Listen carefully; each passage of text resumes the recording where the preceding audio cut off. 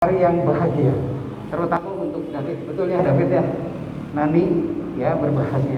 Dan kita semua yang bisa menyaksikan di sini adalah suatu kebahagiaan ketika kita melihat ya dua orang yang sepasang kekasih yang Tuhan mau teguhkan pada hari ini menjadi satu keluarga.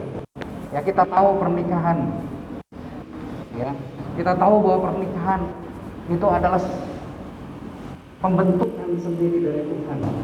Ya, pernikahan adalah satu panggilan. Ya, panggilan apa, saudara? Panggilan untuk kita masuk di dalam rencana Allah. Allah memiliki rencana penyelamatan ketika manusia sudah jatuh di dalam dosa. Dan rencana itu Tuhan mau memakai keluarga. Tuhan Yesus lahir dari satu keluarga.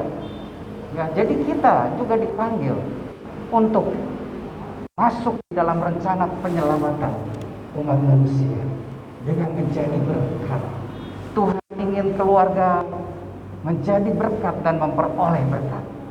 Ya, oleh sebab itu kita berterima kasih kepada Tuhan kalau kita bisa memutuskan untuk membentuk satu keluarga. Kemudian keluarga juga adalah perjanjian. Ya, Kisah Rut dan Boas menunjukkan bahwa Tuhan sudah berjanji untuk menyelamatkan umat manusia, dan melalui keturunan Rut yang bukan bangsa ya Israel, Tuhan ya melaksanakan perjanjiannya itu. Dari benih Rut ini terlahir Tuhan Yesus. Ya, demikian juga kita melihat nanti akan ada perjanjian antara David ya kemudian dengan Nani di hadapan Tuhan, di hadapan hambanya, dan di hadapan jemaat kita semua.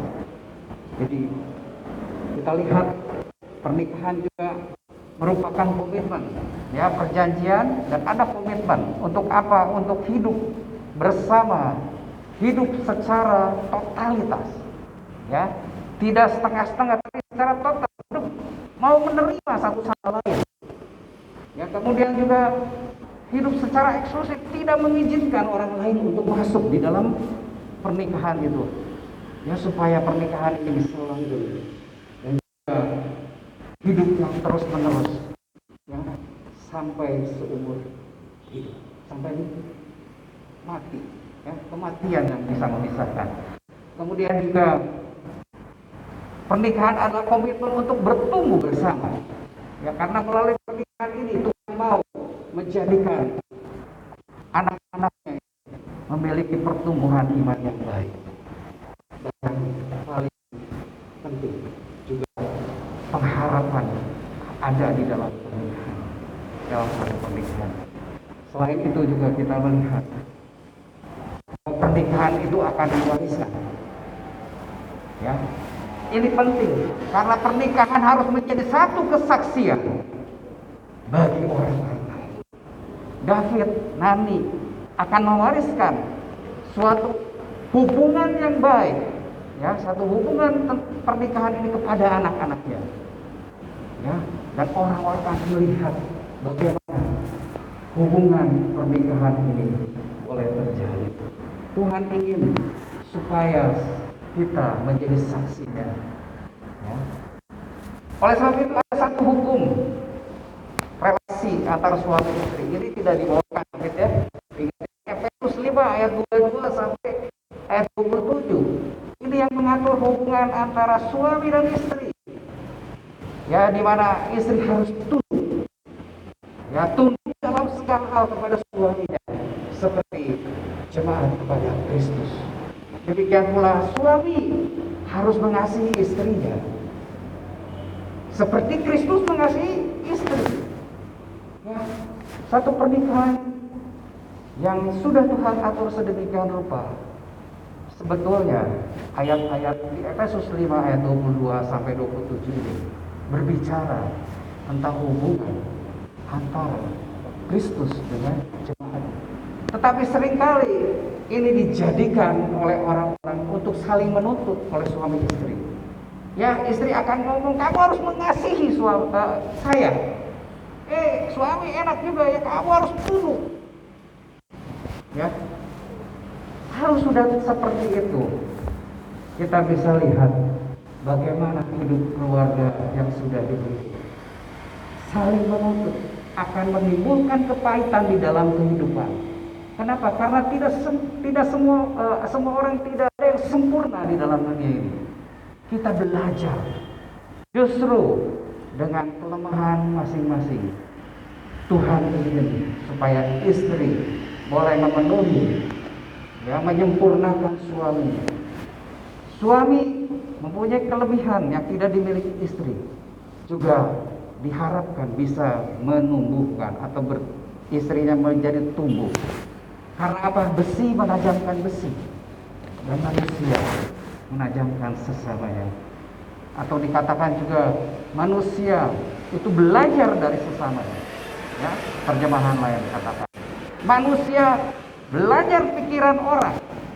Ya, jadi sesama atau kedua suami istri ini harus saling melengkapi satu sama lain supaya pertumbuhan yang Tuhan inginkan boleh terjadi dalam kehidupan kita.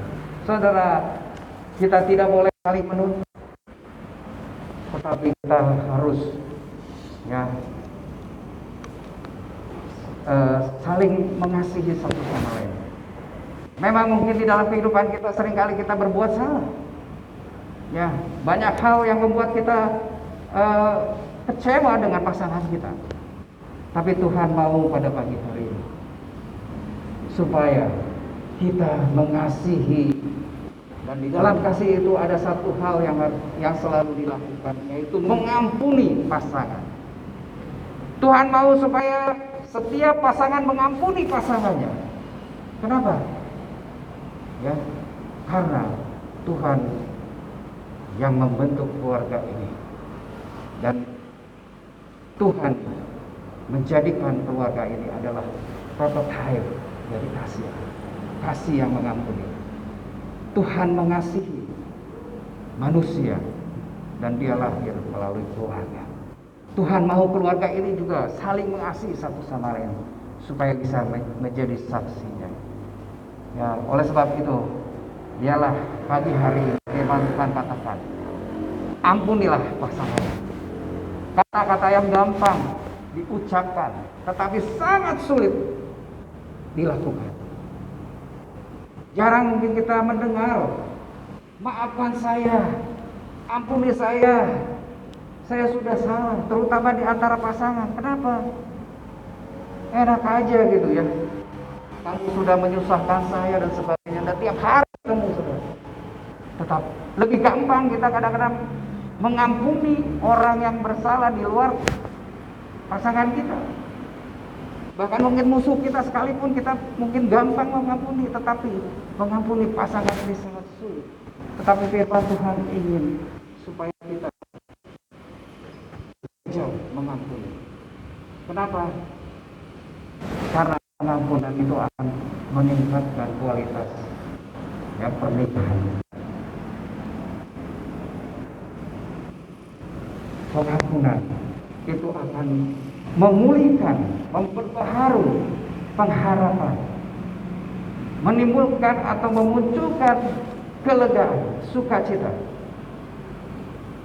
Di dalam pengampunan juga akan ada mujizat. Ketika suami berdoa, Tuhan mau supaya suami itu juga mengampuni, ya, istrinya, supaya jangan terhalang doanya. Tidak ada hal yang mustahil di dalam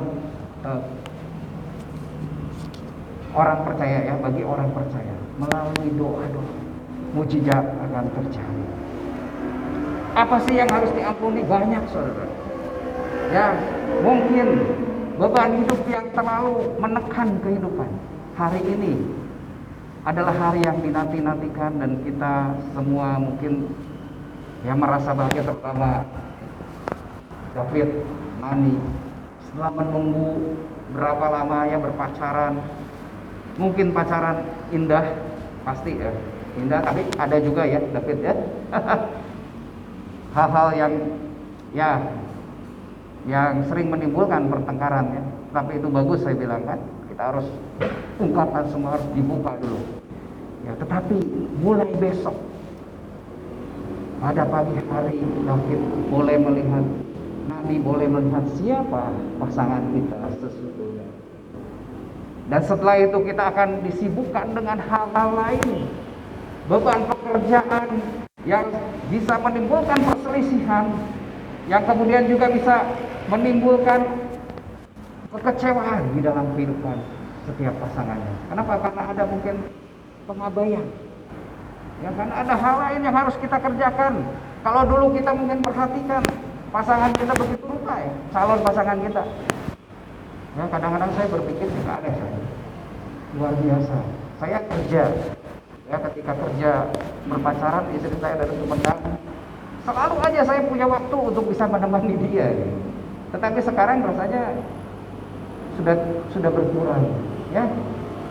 Nah, tapi memang ada tanggung jawab lain yang lebih, ya, sehingga kita mulai mengabaikan pasangan kita, dan itu membuat kekecewaan. Ampuni, ya, ampuni. Mungkin kita juga gagal bertanggung jawab, ampuni. Mungkin kita juga miskomunikasi, yang ada salah pengertian, bisa kesalahpahaman, itu bisa terjadi. Kemudian juga mungkin ada hal-hal lain ya, latar belakang kehidupan kita baru muncul setelah ada pernikahan. Ada satu kisah seorang wanita ya, ketika ya masih kecil, umur sekitar 7 tahun, dia mengalami pelecehan seksual. Ya, ketika dia SMA, dia sudah memutuskan saya tidak akan menikah. Tetapi ketemu dengan seseorang yang dianggap bisa menjadi pasangannya. Kemudian dia menikah, dia membuat satu komitmen untuk baik, ya, selalu baik hubungan. Tapi ketika dia punya anak wanita, ya, anak perempuan, dan kemudian pada usia yang ke-7 tahun, mulailah wanita ini cerewet kepada suaminya. Suaminya mulai terganggu. Kenapa? Karena wanita ini trauma dan dia ingat kembali ketika dia mengalami pelecehan seksual dan dia tidak mau anaknya menjadi seperti itu. Dan ini bisa menimbulkan ya kekecewaan dari suaminya. Kenapa istri saya jadi begini? Banyak menuntut ya untuk melindungi anaknya. Ya, jadi pola keluarga yang salah, ya, saya bukan bilang salah, tapi pola pendidikan yang kurang tepat, mungkin tidak tepat lagi dilakukan saat ini, tetapi itu sudah ada di dalam pikiran pasangan kita, dan itu akan terjadi. Tapi biarlah ya pada pagi hari kita mau belajar apapun ya yang menimbulkan kekecewaan itu, kita mau ampuni. Kenapa harus mengampuni? Banyak ayat mengatakan kalau kamu tidak mengampuni, ya kamu juga tidak akan diampuni. Ketika kamu berdoa, kamu harus minta juga atau membereskan dengan orang-orang yang mungkin hatinya tidak suka kepada kita.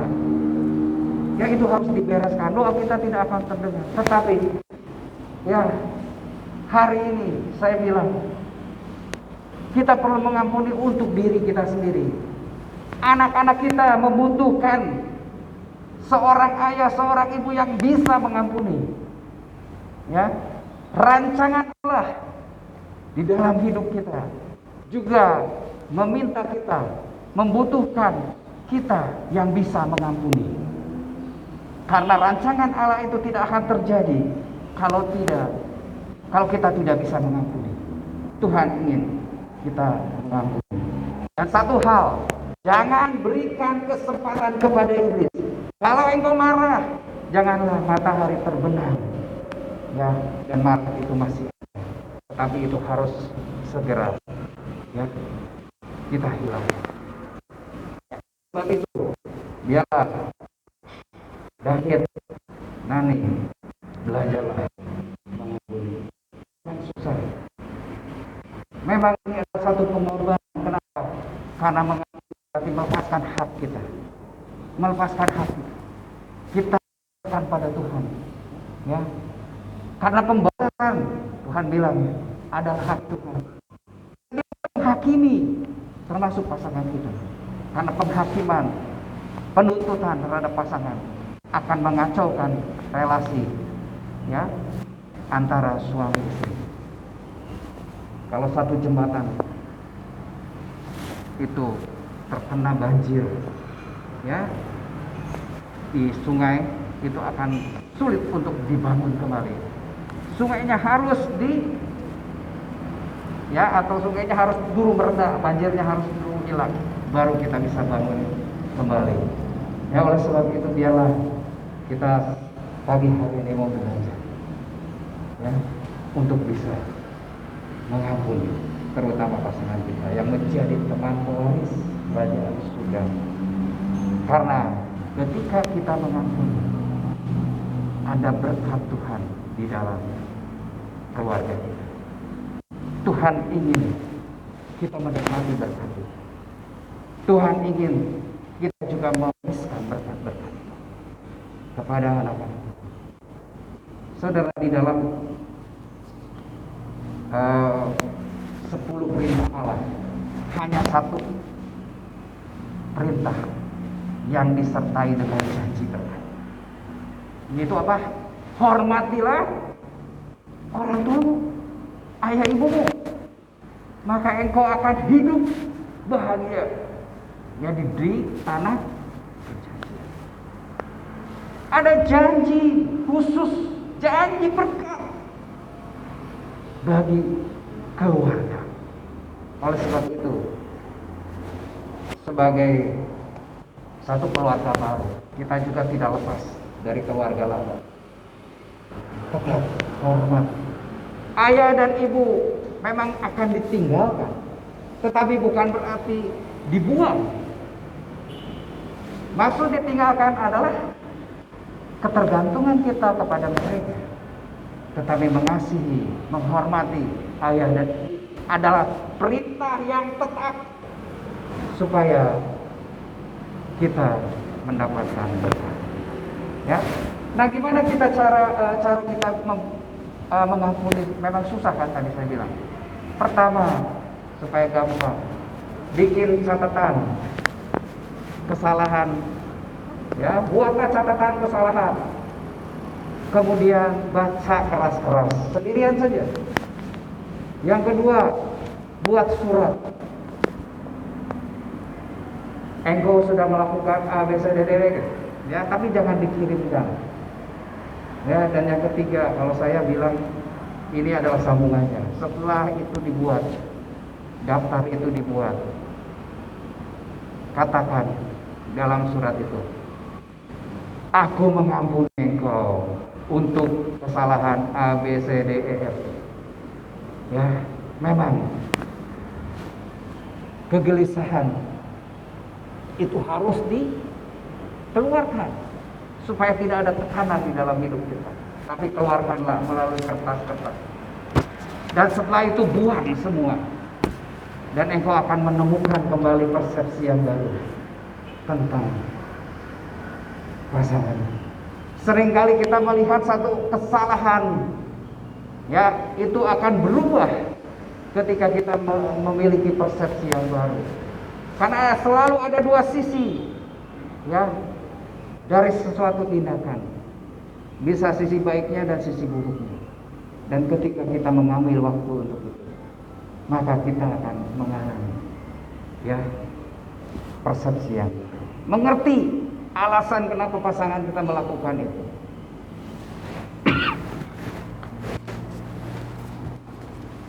Ada satu orang, ya, yang namanya John Maxwell. Dia terkenal, istrinya juga terkenal, Margaret Maxwell. Satu kali istrinya sedang membawakan seminar, dan ketika ada satu pertanyaan dari peserta, ditanyakan, Bu, apakah John Maxwell itu membahagiakan ibu? Dia bilang tidak. Semua kaget. John Maxwell yang begitu bijaksana, dia adalah pakar kepemimpinan. Tapi ketika istrinya ditanya, John Maxwell tidak pernah bisa membahagiakan saya. Kenapa? Karena John Maxwell tidak bertanggung jawab atas kebahagiaan saya. Siapa yang bertanggung jawab? Saya sendiri. Ya, makanya perintah yang Tuhan berikan kepada istri itu perintah kepada istri. Perintah yang diberikan kepada suami itu perintah kepada suami. Ya, jangan saling nuntut. Anda tidak berhak untuk menuntut orang yang diperintahkan oleh ya pemiliknya. Ya, dia punya urusan sendiri. Itu urusan kita dengan Tuhan. Ya, tapi kalau kita mau berbahagia, biarlah kita belajar supaya perkawinan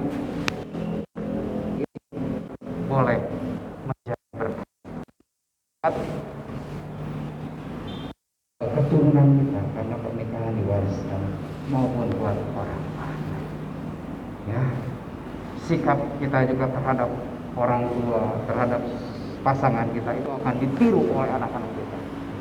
Ya, jangan sampai kita mengalami hal yang sama karena anak itu akan mengikuti apa yang dilakukan oleh orang tua.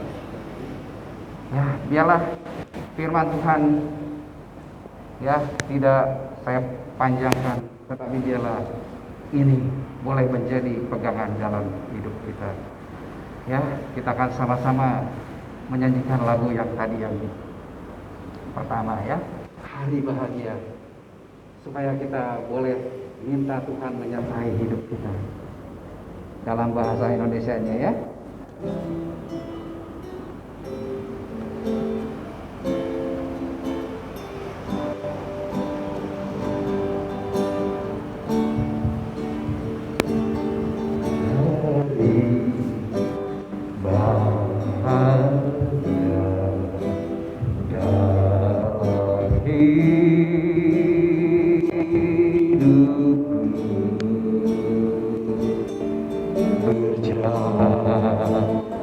Berjalan bersamamu,